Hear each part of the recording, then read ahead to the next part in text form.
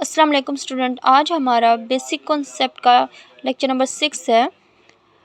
आज हमारा बहुत ही इम्पोर्टेंट टॉपिक है determination of relative atomic mass of isotopes of mass spectrometry. ठीक है, मास स्पेक्ट्रोमेट्री में हम आइसोटॉप्स के मासेस को फाइंड आउट करने के लिए इसे इस्तेमाल करते हैं। तो आपके माइंड में बहुत सारे क्वेश्चंस भी होंगे कि हम एटम्स के मासेस कैसे फाइंड आउट करते हैं, ये कैसे पता चला कि कार्बन के 3 आइसोटॉप्स हैं, तो इसी तरह ऑक्सीजन के कितने आइसोटॉप्स हैं, उनके मासेस कितने हैं, परसेंटेज कितनी है। इन सब क्वेश्चन के आंसर जो है वो हम मास स्पेक्ट्रोमेट्री में पढ़ेंगे। ठीक है, अच्छा, अब सबसे पहले तो आपकी बुक में जो डेफिनेशन दी हुई है वो मास स्पेक्ट्रोमीटर की दी हुई है कि इट इज़ एन इंस्ट्रूमेंट, ये एक ऐसा आला है which is use to measure the exact masses of different isotopes of an element, जो कि एलिमेंट्स के मुख्तलिफ आइसोटॉप्स के बिल्कुल एग्जैक्ट मासेस को डिटरमिन करते हैं या मेजर करते हैं। और मास स्पेक्ट्रोमेट्री क्या है? It is a technique which is used to determine the exact mass of different isotopes of an element। इन दोनों में डिफरेंस क्या है कि मास स्पेक्ट्रोमीटर एक इंस्ट्रूमेंट है और स्पेक्ट्रोमेट्री जो है ना वो एक टेक्निक है। ठीक है, ये डिफरेंस है। बाकी इन दोनों को हम आइसोटॉप्स के डिफरेंट मासेस जो है, एग्जैक्ट मासेस जो है वो फाइंड आउट करने के लिए इस्तेमाल करते हैं। अंडरस्टैंड? अब नेक्स्ट हम इसकी हिस्ट्री को देखते हैं, जिसमें हम इसकी 2 टाइप्स पढ़ते हैं। First of all, Aston mass spectrometer was design to identify the isotopes of an element on the basis of their atomic mass. हम यहाँ पे हम 2 टाइप्स पढ़ते हैं, आस्टन मास स्पेक्ट्रोमीटर होता है और डेम्स्टर मास स्पेक्ट्रोमीटर, जो कि बाद में डिज़ाइन किया गया था। और इसको भी for the identification of element which were available in solid state, इसको भी एलिमेंट्स को आइडेंटिफाई करने के लिए डिज़ाइन किया था। ठीक है, यानी इन दोनों को, डेम्स्टर को और आस्टन दोनों को हम आइसोटॉप्स के एग्जैक्ट मासेस फाइंड आउट करने के लिए इस्तेमाल कर सकते हैं।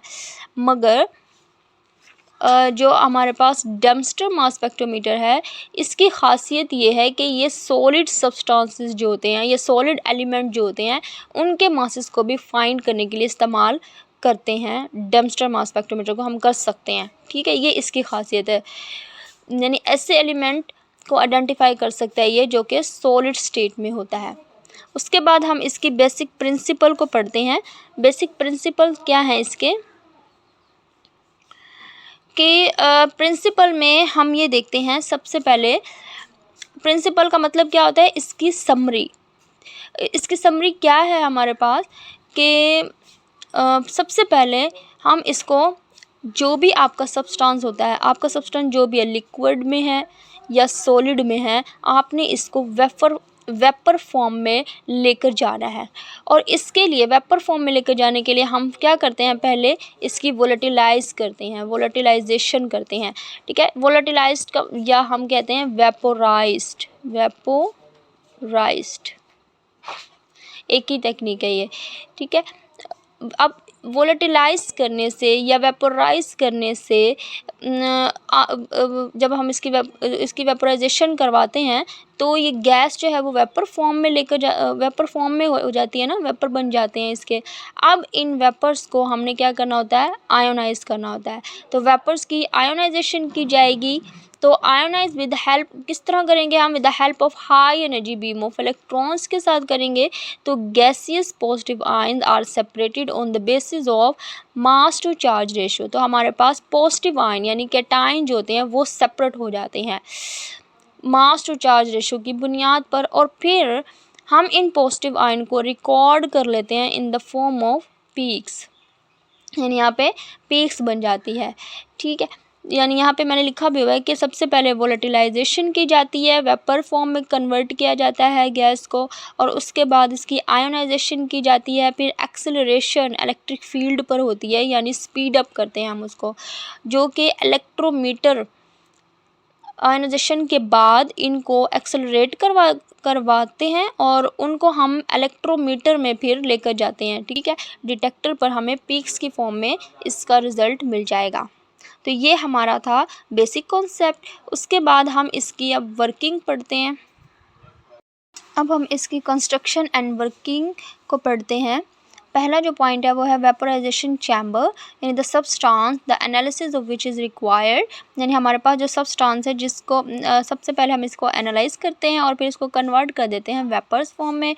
और जब वेपर्स फॉर्म में कन्वर्ट किया जाता है तो प्रेशर कितना अप्लाई किया जाता है, 10⁻⁶ to 10⁻⁷ टॉर, जो कि बहुत कम होता है, वेरी लो होता है। फिर उसके बाद आयोनाइजेशन चैम्बर। आयोनाइजेशन में क्या होता है कि हम यूज़ करते हैं इलेक्ट्रॉन बीम्स को, तो इसमें वेपर्स इंटर हो जाते हैं into ionization chamber. Here fast moving electron collide with vapours. अब इन वेपर्स के साथ जो इलेक्ट्रॉन्स होते हैं वो कोलाइड करते हैं और vapours are ionized to cation. Vapours जो है वो पॉजिटिव आयन में कन्वर्ट हो जाते हैं। तो ये जो पॉजिटिवली चार्ज आयन होते हैं ये डिफरेंट मासेस रखते हैं, मास टू चार्ज रेशो रखते हैं। फिर उसके बाद इलेक्ट्रिक फील्ड, यानी हम एक्सेलरेशन सिस्टम को पढ़ते हैं जिसमें हम आयंस को स्पीड अप करते हैं। तो ये जो पॉजिटिव आयंस होते हैं ये are accelerated by applying potential difference of 500 to 2000 volts between perforated accelerating plate, यानी नेगेटिव ग्रिड। तो यहाँ पे मैं आपको पिक्चर में बता देती हूँ। इसकी डायग्राम कुछ यूँ हैं कि अगर, अब ये देखो ये इसकी डायग्राम है। यहाँ पे अगर आपका सैंपल जो है वो लिक्विड या सॉलिड फॉर्म में है तो पहले इसको क्या करेंगे, वेपर में लाना है। इसके बाद इसको डिवाइस में इंटर कर देना है। यहाँ से गैस इनलेट करते हैं, लेकिन सैंपल को इंटर करने से पहले उसकी वेपराइजेशन करनी ज़रूरी है, ठीक है। अब इन वेपर्स का प्रेशर हमने कितना रखना है, वेपर्स का प्रेशर जो है वो 10⁻⁶ to 10⁻⁷ टॉर रखना है, ठीक है। अभी पीछे हमने पढ़ा है। और ये बहुत कम मिकदार में लेना है क्योंकि जितनी कम चीज़ें आप इस्तेमाल करेंगे उतना ही रिज़ल्ट अच्छा आएगा।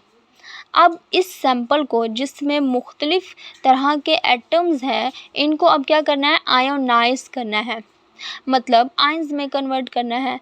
तो हम आयंस को ना 3 तरह से बना सकते हैं। अगर हम आयंस के ऊपर इलेक्ट्रॉन बीम फेंकें तो भी एटम्स के ऊपर, ये जो एटम्स है ना इसके ऊपर अगर हम इलेक्ट्रॉन बीम फेंकें तब भी आयन बन सकते हैं। और अगर एक्सरे फेंकें तब भी आयन बन सकते हैं। और अल्फ़ा पार्टिकल्स फेंकें तो इनको आयन में कन्वर्ट कर सकते हैं। अब हमने क्या करना है, यहाँ पे कैथोड और एनोड को आयोनाइजेशन, ये हमारे पास कैथोड है और ये हमारे पास एनोड है, इनको आयोनाइजेशन के लिए इस्तेमाल करना है। अब इस कैथोड, ये जो हमारे पास है कैथोड, यहाँ से इलेक्ट्रॉन जो है वो निकलेंगे और वो एनोड की तरफ, इस एनोड की तरफ अट्रैक्ट होंगे, ठीक है। तो अब क्या होगा, इन दोनों यानी इसके और इसके एनोड और कैथोड के दरमियान में क्या मौजूद है, हमारे पास एटम मौजूद होता है, एटम मौजूद है। तो इलेक्ट्रॉन्स क्या करेंगे, जब कैथोड से निकलकर इलेक्ट्रॉन जब कैथोड से निकलकर एटम से टकराएंगे तो यहाँ पर पॉजिटिव चार्ज बन जाएंगे, ठीक है। ये जो पॉजिटिव चार्ज होते हैं इनको हम एक्सेलरेट करवाना है, यानी स्पीड अप करवाएंगे हम। अगर फिर यहाँ से हम नेगेटिव ग्रिड, ठीक है, ये हमारे पास है नेगेटिव ग्रिड, यहाँ पे हम नेगेटिव ग्रिड को रख देते हैं। इस नेगेटिव ग्रिड को हम करंट जो है वो कितना देते हैं, 500 to 2000 वोल्ट का करंट हम देते हैं। अच्छा, यहाँ पे हम इसको V की जगह पे यानी E को भी इस्तेमाल करते हैं पोटेंशियल डिफरेंस के तौर पर। E तक का हम इसको पोटेंशियल डिफरेंस देते हैं, तो E की जगह पे हम V को भी इस्तेमाल कर सकते हैं, वोल्ट को भी। अब इस पर नेगेटिव चार्ज, यानी इस पर क्या आ जाए, नेगेटिव चार्ज है, तो ये क्योंकि क्या होता है, अब ये परफोरेटेड भी होता है। ये हमारे पास जो होती है ना नेगेटिव ग्रिड, ये होती है परफोरेटेड, ये मैंने पीछे लिखा भी हुआ है परफोरेटेड, यानी सुराखदार होती है ये। उसके बाद ये है, हाँ, ये जो पॉजिटिव आयन जो होते हैं, अब ये पॉजिटिव आयन क्या करते हैं, ये नेगेटिव ग्रिड की तरफ से स्ट्रॉन्गली अट्रैक्ट होंगे होंगे और ये बहुत स्पीड से आएंगे, यानी यहाँ पे ये बहुत इस जगह से, यानी ये बहुत स्पीड से गुजरेंगे और फिर क्या होगा, इसको क्रॉस फिर ये क्या करेंगे कि यहाँ पे एक स्लिट लगी होती है, इस स्लिट को क्रॉस कर जाएंगे। अब हमने इसके सामने यानी ये जो स्लिट रखी हुई है ताकि ये आयन सारे के सारे लाइन में आ जाएं, इस स्लिट में से गुजर कर ये लाइन में आ जाएंगे, इस स्लिट से गुजर कर ये लाइन में आ जाते हैं। ठीक है, यहाँ पर आप अब यहाँ पर भी क्या हो सकता है, यहाँ पर छोटे छोटे क्वेश्चन पूछे जा सकते हैं कि जैसे क्वेश्चन आ सकता है कि how the atom is converted into ion in mass spectrometry. ठीक है, मैं लिख देती हूँ। क्वेश्चन आ सकता है कि how the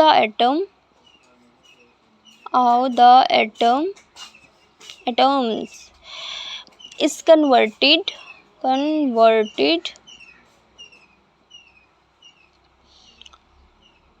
into ion in mass spectrometry, in mass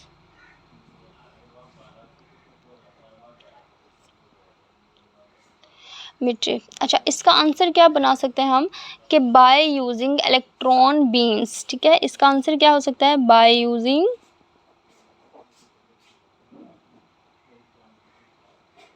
electron beams we can convert it to ions into ions। ठीक है, यानी हम एटम्स को आयंस में कन्वर्ट कर सकते हैं बाय यूजिंग इलेक्ट्रॉन बीम्स, ये इसका आंसर बन सकता है। या यहाँ पे एक और क्वेश्चन भी बन सकता है कि how the ions are accelerated. ठीक है, ये भी एक क्वेश्चन बन सकता है कि how the ions are accelerated, ACCE, okay, accelerated, यानी हम आयंस को किस तरह से स्पीड अप कर सकते हैं, किस तरह से एक्सेलरेट कर सकते हैं, तो ये भी क्वेश्चन बन सकता है। अब हमने इस स्लिट के सामने मैग्नेटिक फील्ड को रखना है। ठीक है, ये हमारा मैग्नेटिक फील्ड है और मैग्नेटिक फील्ड को एनालाइज़र भी बोलते हैं, एनालाइज़र भी कह सकते हैं। ठीक है, तो ये मैग्नेटिक फील्ड जो है ये इन आयंस को क्या करेगा, स्टडी करेगा कि इन आयंस का इनका जो मास टू चार्ज रेशियो है वो कितना है। ठीक है, अब इन आयंस को हमने क्या करना है, डिफ्लेक्ट करना है, यानी सर्कुलर पाथ, ये जो हमारे पास सर्कुलर पाथ है, यानी इन आयंस को हमने अब क्या करना है, सर्कुलर पाथ में मूव करवाना है। तो जब हम इनको मूव करवाते हैं, ये आयंस को सर्कुलर पाथ में मूव करवा देगा। ठीक है, मैग्नेटिक फील्ड, तो इलेक्ट्रोमीटर, ये जो हमारे पास है ना, ये डिटेक्टर, आयन कलेक्टर जिसे कहते हैं, इसको ही हम इलेक्ट्रोमीटर बोलते हैं। तो ये जो इलेक्ट्रोमीटर होता है, मैं यहाँ लिख भी देती हूँ, इलेक्ट्रोमीटर, ओके, ये जो इलेक्ट्रोमीटर होता है यानी आयन कलेक्टर जो है वो आयंस जिनकी मास टू चार्ज रेशियो यानी जिसका मास कम है वो तो गिरेगा नज़दीक।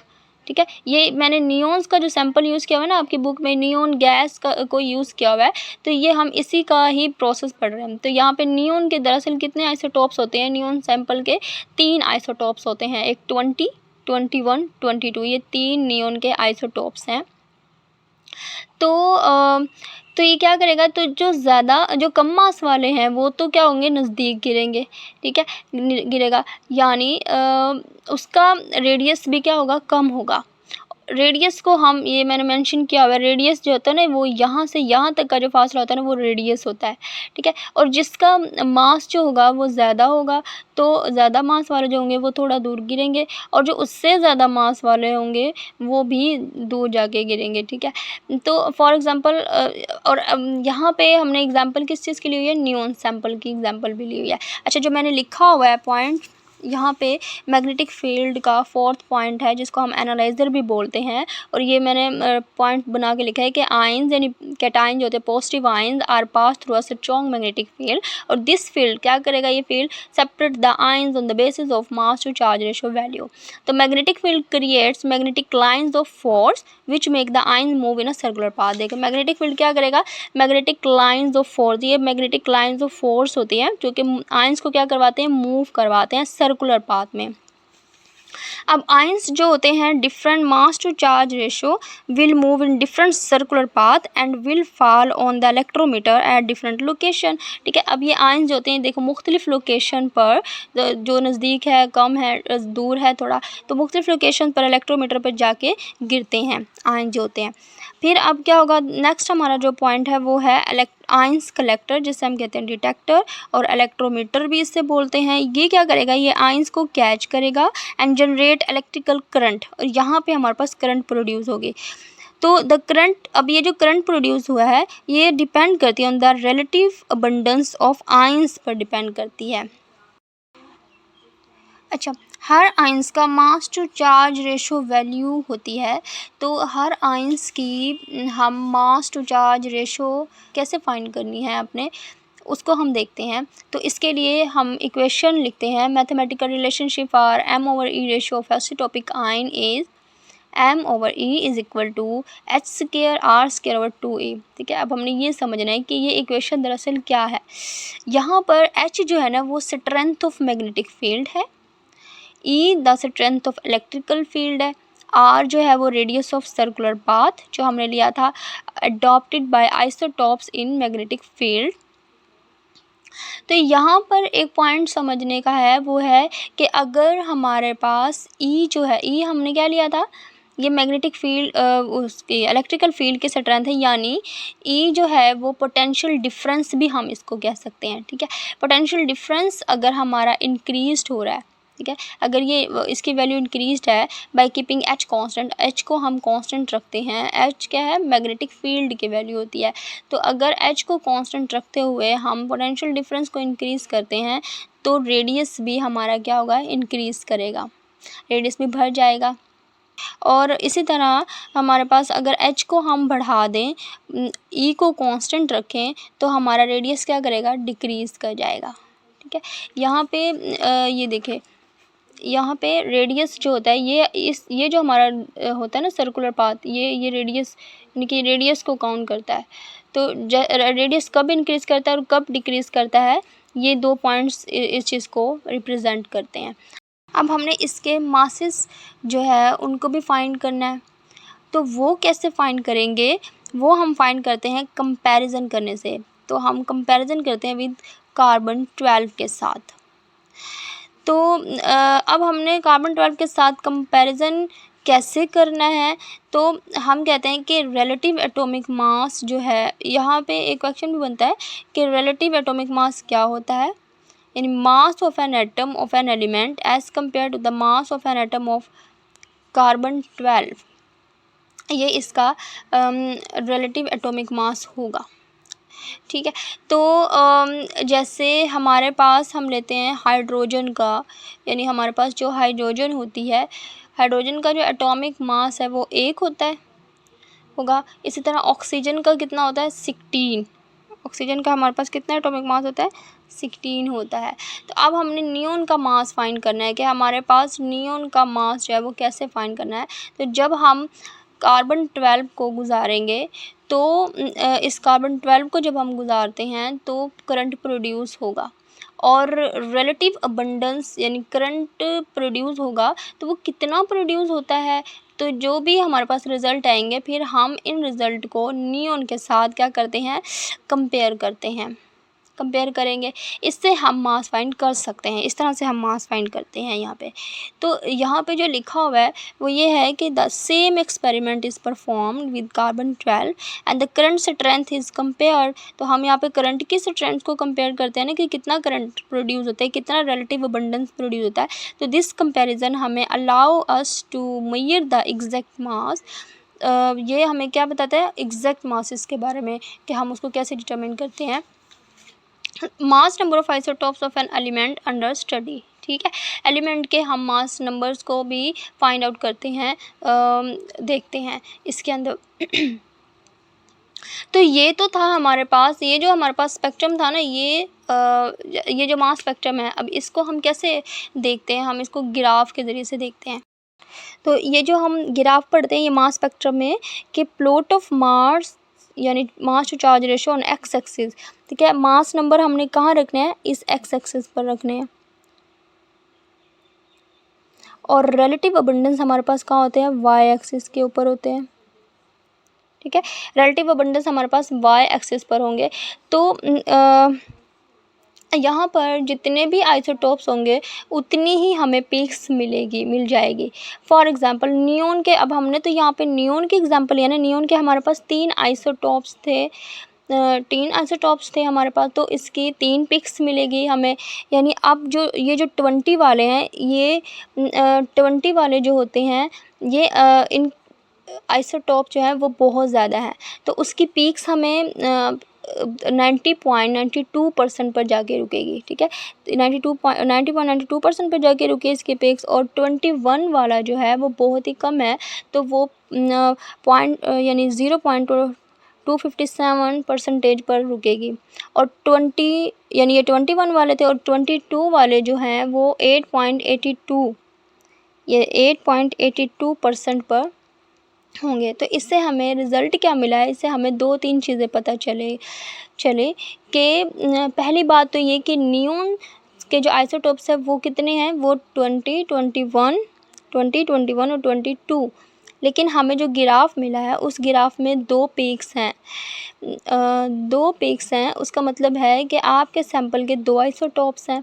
अगर एक पीक मिली है तो इसका मतलब है कि आपके सैंपल में एक ही आइसोटोप्स, यानी अगर एक पीक्स होगी तो आपके सैंपल में एक ही आइसोटोप्स होगा। तो यहाँ पे relative abundance on Y axis is known as mass spectrum. तो mass spectrum of neon show क्या करता है, 3 पीक्स, यही मैंने आपको बताया ना। और नंबर ऑफ पीक्स रिफ्लेक्ट करती है number of isotopes of that element. Height off peak gives information about relative abundance of each isotope. अब इसके दूसरे भी हमारे पास मेथड है। करंट स्पेक्ट्रोमीटर में सबसे पहले हम क्या करते हैं, यहाँ पे डिटेक्टर लगाते हैं, और इसका काम क्या होता है, करंट को प्रोड्यूस करना होता है। ठीक है, ये प्रोड्यूस करता है करंट को। फिर मतलब ये डिटेक्टर पे जब आयंस गिरेंगे तो ये भी करंट प्रोड्यूस करेगा। इस करंट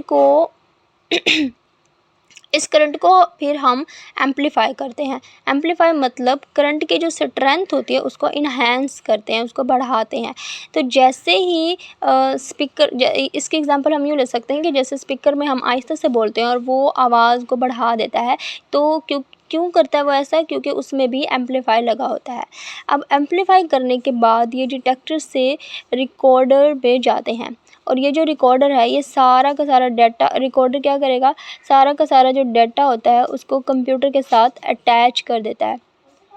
क्योंकि सारा डाटा जो है वो कंप्यूटर के साथ अटैच होता है, और कंप्यूटर की स्क्रीन जो होती है ना उस पर हमें रिज़ल्ट मिलता है। ठीक है, तो यहाँ पे मैं लिख भी देती हूँ, यहाँ पे कंप्यूटर की स्क्रीन पे हमें रिज़ल्ट हासिल होता है। तो किसकी सूरत में, ग्राफ की सूरत में। मतलब जो पीक्स हमें मिलेगी वो ग्राफ की सूरत में, हमें यहाँ पे ग्राफ की सूरत में रिज़ल्ट मिलेगा।